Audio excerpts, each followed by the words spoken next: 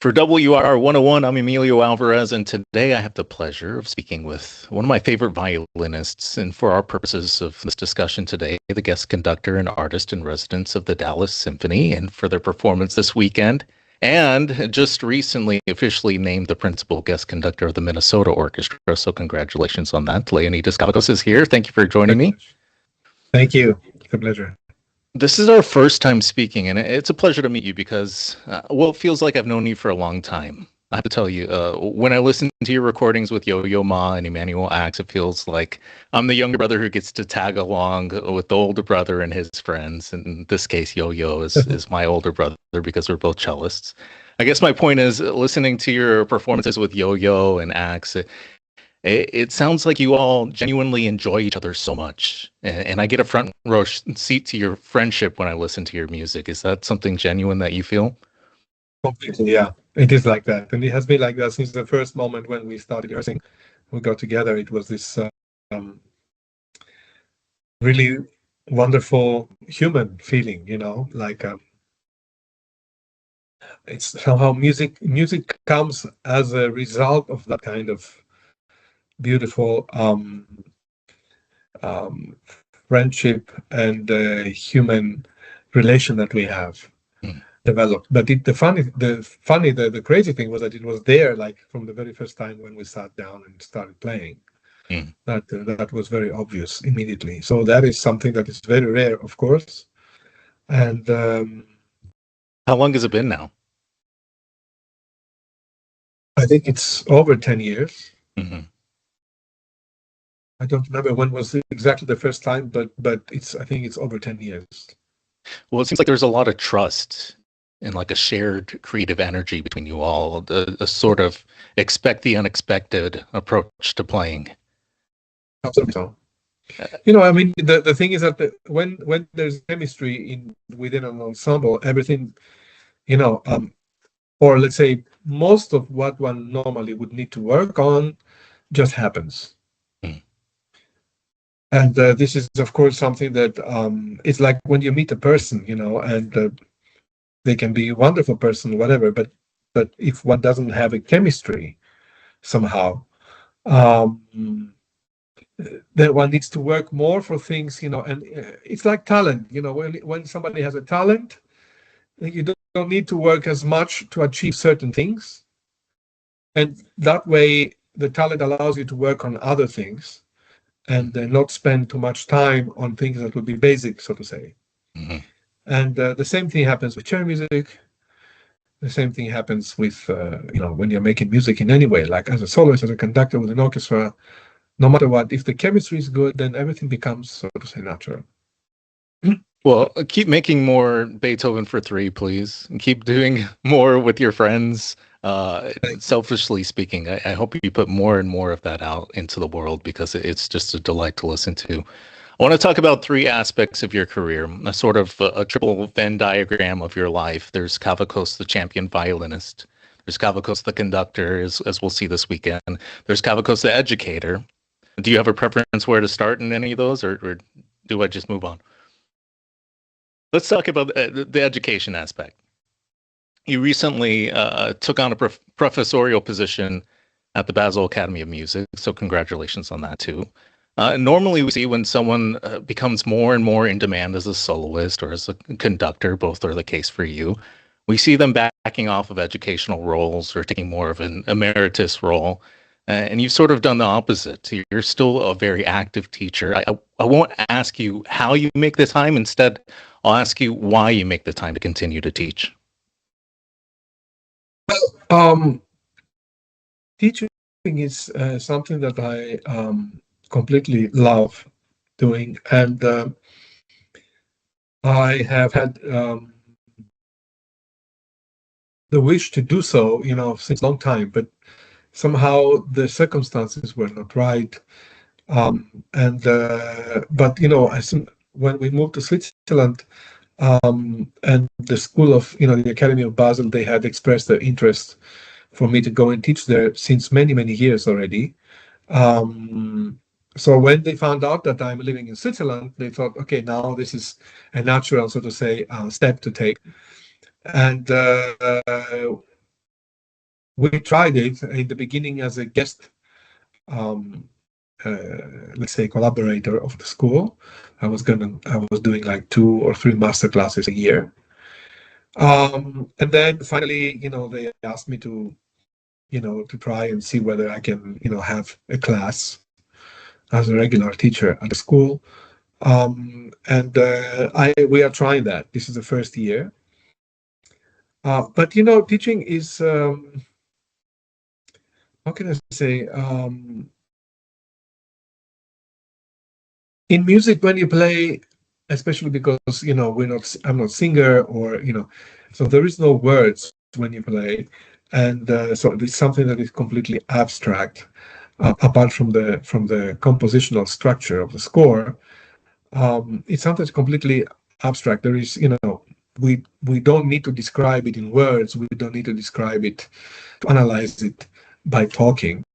We need to rather fantasize all this and then put it into the playing and then bring it forward to the audience.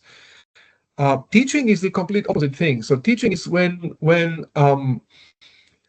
the teacher has to provide an image to the student. The teacher has to provide an idea, but verbally, because if I just play, I think that is not a good way of teaching.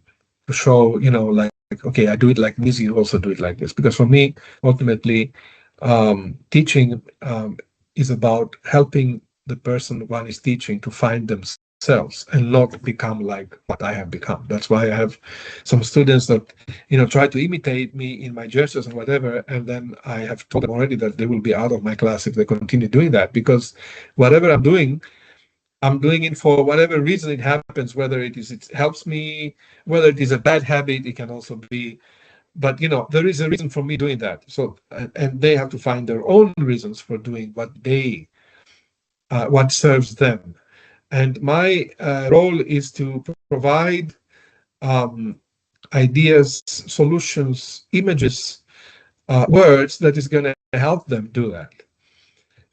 So in this sense, also, then that becomes something more conscious. So in the sense that music making is something that is very subconscious, and normally subconscious is like when the heart beats. The heart beats, or we breathe, and we don't think about it; it just happens. But it doesn't just happen. It is very well rooted in the subconscious, and that's why it happens. Now, playing is also at a certain point, and after a certain point, very much going into the subconscious or coming from there. But when one teaches and one needs to bring this forward and explain this to the student, then that already immediately creates a connection between the conscious and the subconscious. That if I was not teaching, then I wouldn't have to talk to myself, and I wouldn't do that. But by talking, one learns. So it's a very creative thing for both sides. It's not only for the student, but also for the teacher. It's quite a step. Because how do you phrase? Which word you choose? And then you have a student in front of you. Every one of them is different.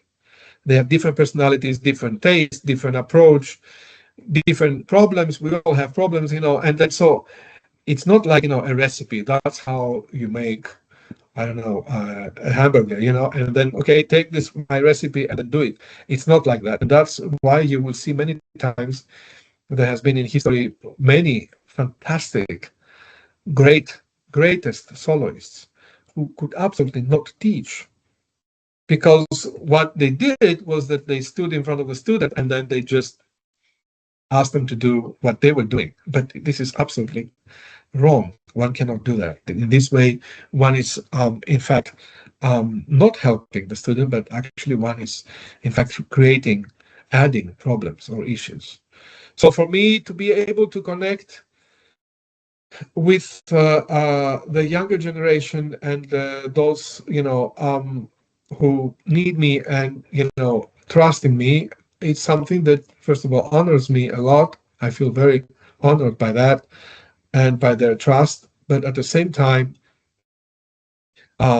is something that I feel it was the right time for me to start doing, in the sense that I have now enough experience to be more or less, not sure, but let's say more or less convinced that what I'm going to pass on to the younger generation is something that is not just my own personal taste, but it's something that has been really distilled through the years in from and the result of a combination of many things. And so yeah, I felt that this is now the time to do it. And the circumstances, as I said before, helped for that. So here we are. I started. I also was blessed because I had a teacher myself in Greece when I started, who was somebody who he never charged the talented people. He only charged the untalented people after telling them they shouldn't learn music and they should love it, but they should spend their time somewhere else and invest their time somewhere else. And they still wanted to learn. Then he charged them really much. And when somebody was talented, he never charged him. So I was never charged by this teacher that I had, who was an amazing man. And not only that, but there was no clock ticking while the lesson was going on. So he took as much time as he needed in order to achieve the result. And this is also something that I do. And that's why when I have a master class at the end, I am the only one with the student in the room, because everybody has just fallen dead from so many hours and nobody wants to hear anything anymore. They all leave.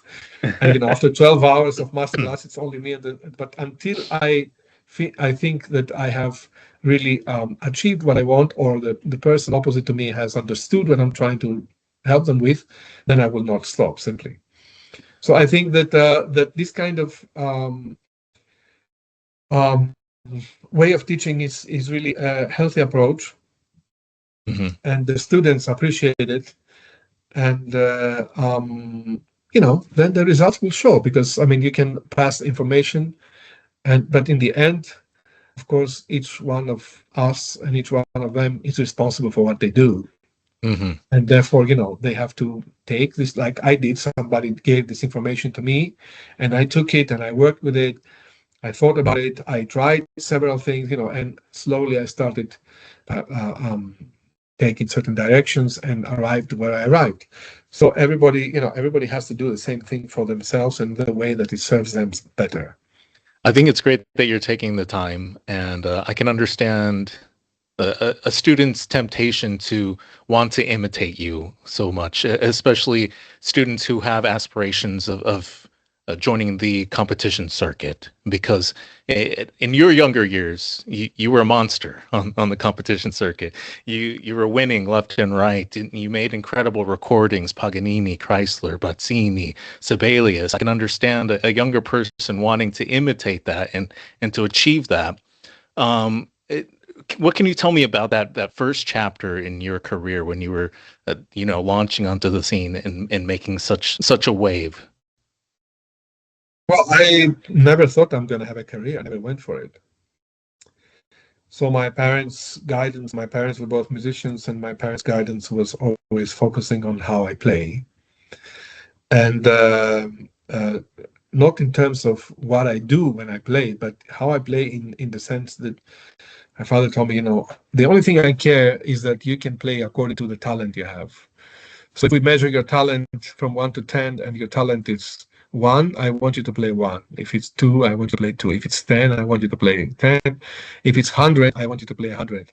Nothing less, but nothing more than your talent as well. And that was a very healthy approach. There was no career orientation. I mean, my first competition, Sibelius competition, I did because my mother loved the Sibelius concerto. She was a pianist, but her favorite concerto of all concertos was Sibelius. And she wanted me to go to Finland to be there to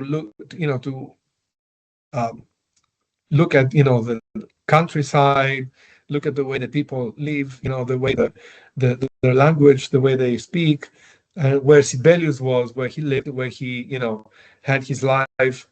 And then she told me, eventually, if you make it to the finals, then you play the concerto with the orchestra. then I'm sure then you will also realize many things from the way the Finns play the Sibelius concerto. And this is the only reason I went to the competition. I didn't go thinking that I'm going to, that I'm going to win, or I'm going to, I thought if I make it to the finals, then I will be able to play the Sibelius concerto with the Finnish orchestra, and see how that feels. And so it was not really planned, and this I think is a very healthy thing. Mm. Because today I had a meeting with young people in DC a few years ago after rehearsal, and comes a 50-year-old who asked me, says, "Mr. Kavakos, can you please name the 5 things that can make somebody successful?"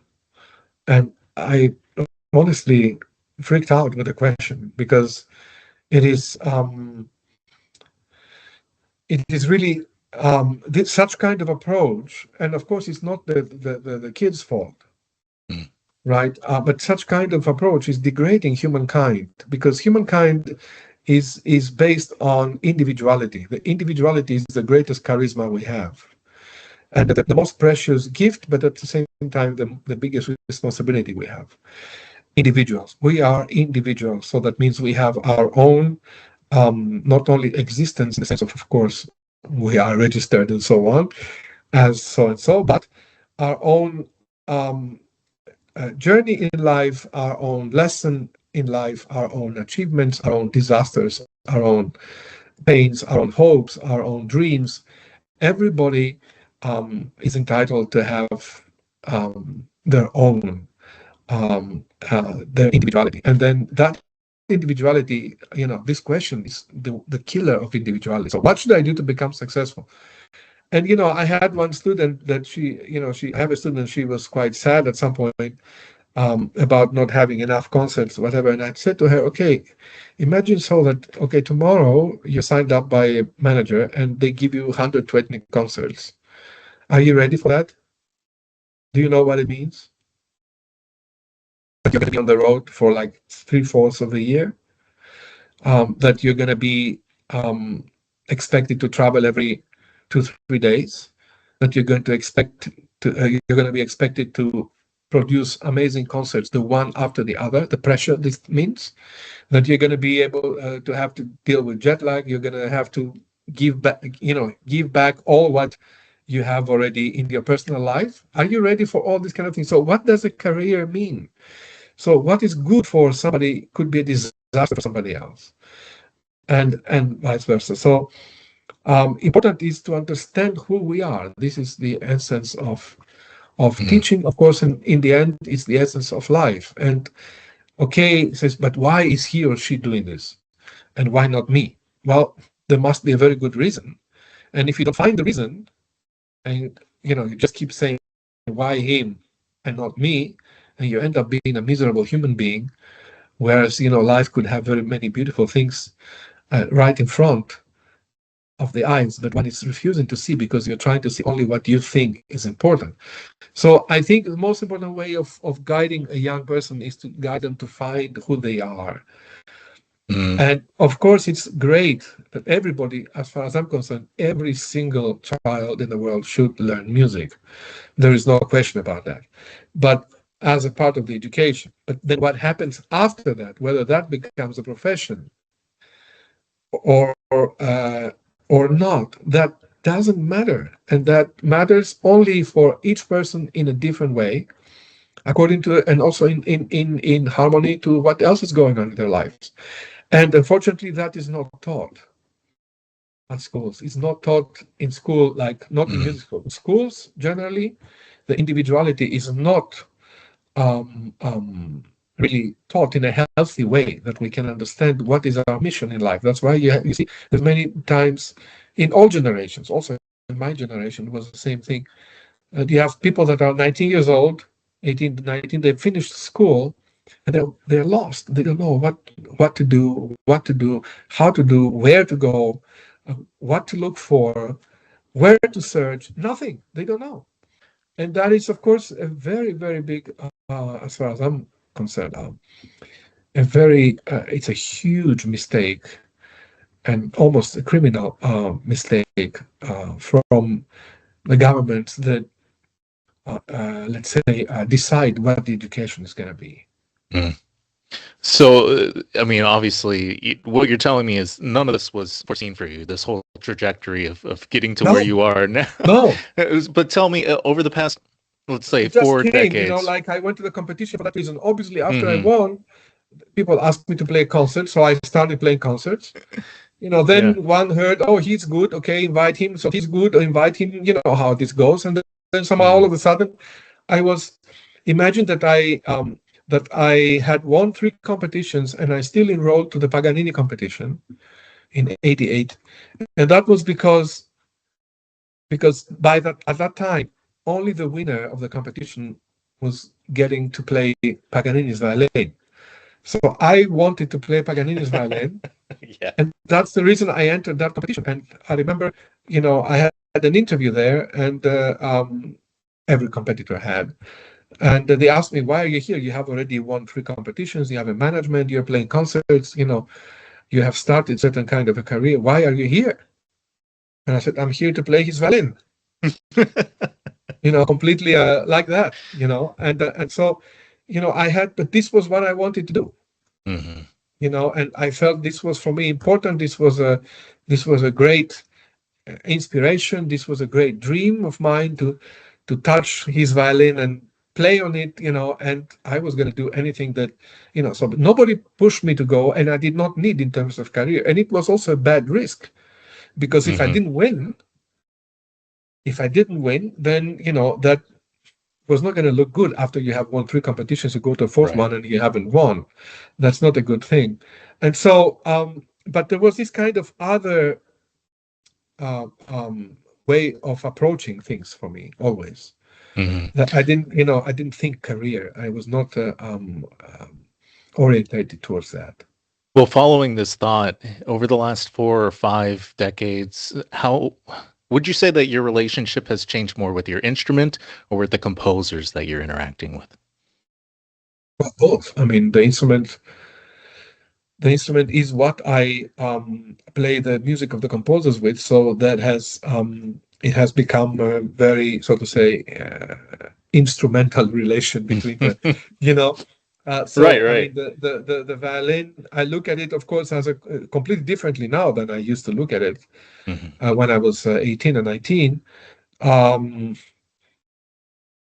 but that is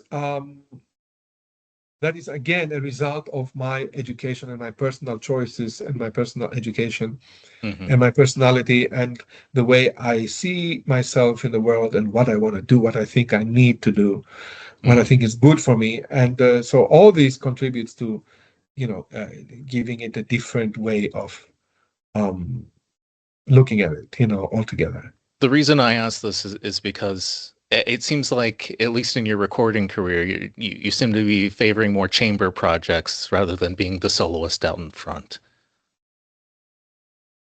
Is that Well, the case? Do you think so? not really. I mean, we live at a time where,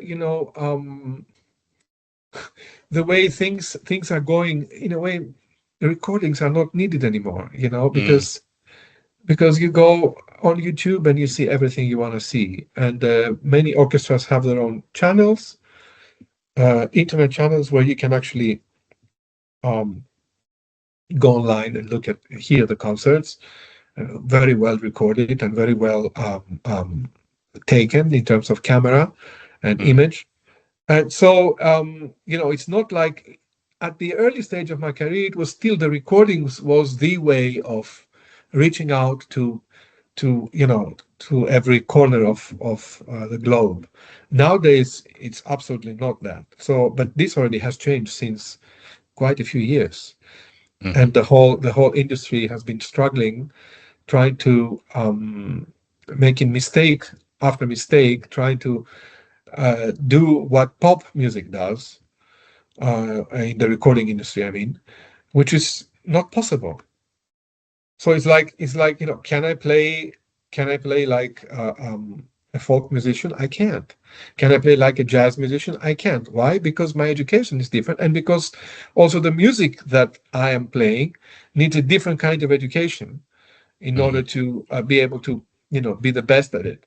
do the best at it. So um, we asked, the industry tried to adapt to what the pops are doing, and as a result, we see where we are. I mean, look how many recording companies are left, and then most of them, they are practically really. I don't want to be insulting anybody, but the thing is that this way of approaching music has died, and people now. The problem is also that with the media like Instagram and all this has created a culture of impatience. So that means um, imagine that the most how can I say classical music is mostly listened to between 9 o'clock in the morning and 6. That means office hours, which means background music, and which is of course not what classical music is about. Only Mhm. it can be, but when you have a situation where they tell you that the streaming is going on, the prime time of streaming is office hours, that means that people don't really sit down and listen to uh, uh, great work of music just to understand the interpretation, this, that. No, they just listen to it as something in the background to make me feel good while I'm doing something else. And also, the culture of media has destroyed what really anything that is great needs in life, which is patience. That means any kind of track that is longer than 3 minutes, nobody listens to. They go to the next one. But this is a completely wrong approach, because when you look at it, how many years do you go to school to learn? How many years do you study whatever you need to study in order to be able to become a professional? And when you listen to music, somehow you want to understand, especially when you listen to great, work, you can only stand it for 3 minutes. What kind of culture um, um, concept is this? So we have arrived to this point now, and for that is again responsible for me, the way we educate the children, that they, for instance, they have access to all this media way too early for them, and in a way they don't learn how to create a pace for when we need to achieve something. You need to create a pace, embark on it, survive it, and get out of it to the next stage, and not just look here and something happens. Mhm. So there is many issues here that can be discussed. But my recording thing, I had, for me, important was to record certain works, Mhm. which are works that I will, so to say, keep playing as I grow older until I can't anymore. Um, and it's the music of Beethoven, Bach, Mozart, Brahms. Mhm. For me, these are the eternal, so to say, composers in terms of violin playing, which are eternal composers anyway. And these are, the music is something that for me is well beyond time. I cannot imagine that Brahms is going to go out of fashion ever, or Bach is going to go out of fashion, or Mozart, or Beethoven. Um, and so, I tried that, but at at my time, as I was evolving as an artist, as I said, there was a time that things changed in a big way. There was the LP, came the CD, then we tried to have the DVD. This didn't work. The CD, is something that doesn't wear out. So that means once you bought it, that's it. So the market is suffering from that. Then, it's a whole chain that we somehow got locked in, all the industry, and we cannot get out of at this point. And at the same time, with the media being such a big part of life, and also the platforms that are accessible to everybody, it has become, listening to a recording or a performance, either video or audio, is something that has become a completely different thing than it used to be. Well, I told you earlier, I celebrate your collaborations greatly. All the chamber music you're putting out, just very interesting arrangements, and even arrangements that already existed. Your performance of the recording of "Souvenir de Florence," one of my absolute favorite works, and it has to be a thrill to play with the people that you played with. I want to switch gears and talk about the last aspect of your career that is very relevant to us this weekend, especially, and I feel very fortunate with the timing of our conversation here because it was just announced that last week you were being named the principal guest conductor of the Minnesota Orchestra. Congratulations again on that. You're also the Dallas Symphony's artist in residence. Are these sorts of positions that are falling into your lap, or is this a career path that you're favoring now? A baton in your hand instead of a violin? Well, the thing is that I've been always fascinated by the scores. So even when I play a concerto, I was interested since I was young. I was interested to know what's going on behind, who is doing what, how to interact with the musicians of the orchestra, um, as if it was chamber music, because that's really the only way. Chamber music is the way of making music, whether it is 100 people or two. And so I was always very attracted to this kind of thing. Plus, as a kid, as a very, very young kid, I was one of these kids that you see on YouTube, like going like crazy conducting, listening to some music. And so conducting was very much something that I wanted to. I was crazy about it since I was a baby. Um, Now, the thing is that later on in life, it became, again, also, it started without me going for it. It started by accident. So I was supposed to play a tour with the Camerata in Salzburg, that the chamber orchestra in Salzburg, and with Sandor Weg, who was a legendary violinist. He was friend of Bartok, and Karajan. He had a fantastic quartet, and he was the artistic director of that orchestra, and he invited me to play with him the Hafner Serenade and Mozart concertos, and go on tour. And he got sick. And fortunately, we played the concerts in Salzburg, and then after that, he got ill, and which was, in the end, it was the time when he went to hospital and he died, passed away. Um, and the orchestra, when he could not do the concerts and he canceled, they came and asked me, would you, we don't want to lose this project. Would you do it? I said, what do you mean do it? Well, would you conduct us? I mean, the Mozart concertos, okay, fine, but we'll do the Hafner Serenade, which is a very big piece. Would you do it? I said, I never done something like this, but don't worry. I mean, we will help you, and we just, you just need to give us an upbeat to start, and the rest is gonna. So they were trying to make me. So I said, look, I don't know. Let me think. So I went to look at the score, and then I said, you know what? I thought I'm gonna try it also, mainly because they would otherwise lose, I don't know, 4, 5, 6 concerts, which would be not good for the orchestra and so on. And so I did this, and then it went well. And then they asked me, "Oh, that's wonderful. So let's do more. Let's do more. Let's do more. Let's do more." And one thing brought the other, and that's how I started all of a sudden conducting, without having really either planned it or let's say really thinking about it, that this is what I'm gonna do. Nothing. So the more things went well, then the more, again, inquiries I got here and there, and then I started doing bigger repertoire, and slowly here we are. So again, something that grows naturally. And this is, for me, what I'm really, really happy about, and I feel blessed in my life that everything came out as a result of the moment, but at the same time in a way that was never threatening to my health, whether it is my mental health because of the pressure, of course, or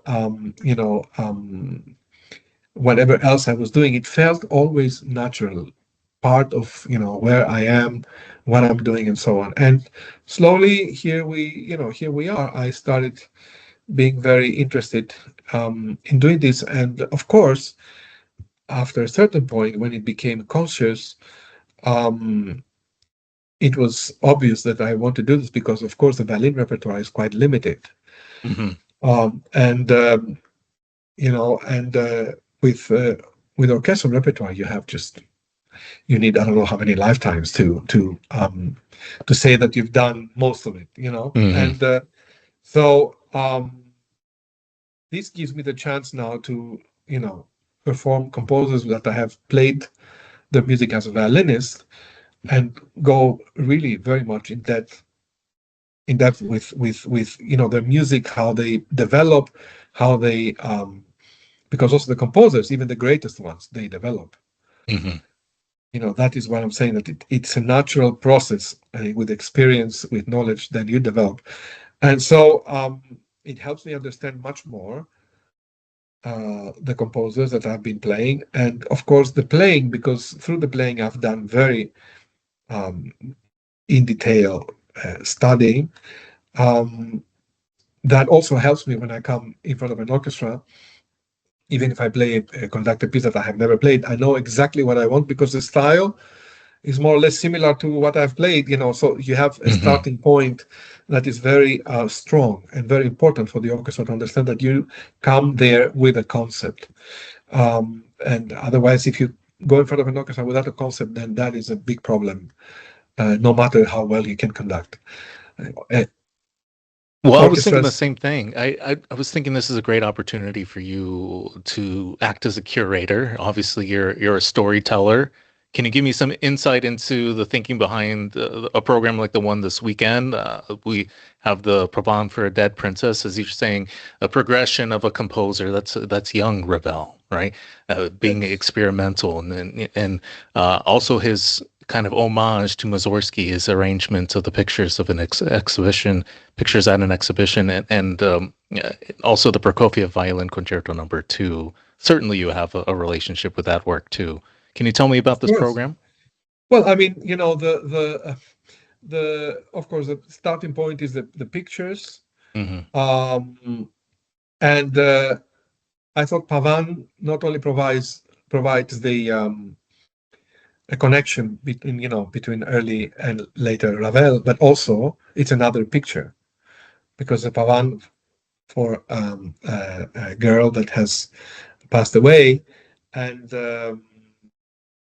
even though Ravel never gave a hint who he might have met, and he actually, I don't think he said it means it's written for somebody specifically, but this is another picture in a way that we're starting the piece. And the reason the Prokofiev works very well with these two pieces is that um, it has a very interesting structure. The piece that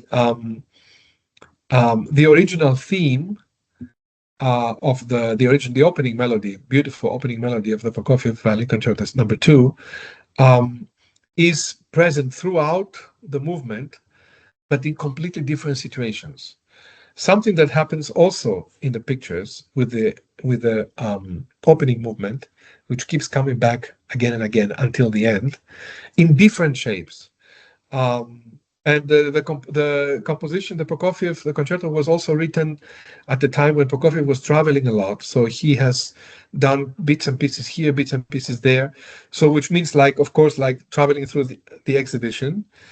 And so I thought that this is a very nice combination of works. Also, the orchestration of Prokofiev in that way is very close to the orchestration we have in the Ravel, Mussorgsky, although not as huge, of course. It would be not possible with the violin concerto being there and the violin soloist, but still there is a very rich orchestration, very colorful, as always Prokofiev does. And I felt it's a very good. Also, we have the G major of the Pavan, and we have the G minor of the Prokofiev. So there's many connections for this program to be a nice experience for the audience. Well, Leonidas Kavakos, you're a wonderful violinist. Please keep making recordings for me to play. You're an educator, and for our purposes this weekend, you'll be conducting the Dallas Symphony, and we can't wait. A Friday, a Saturday, and a Sunday matinee performance. Good luck. Thank you for your time. We appreciate you being here for us. Welcome. Very happy to be here. Take care.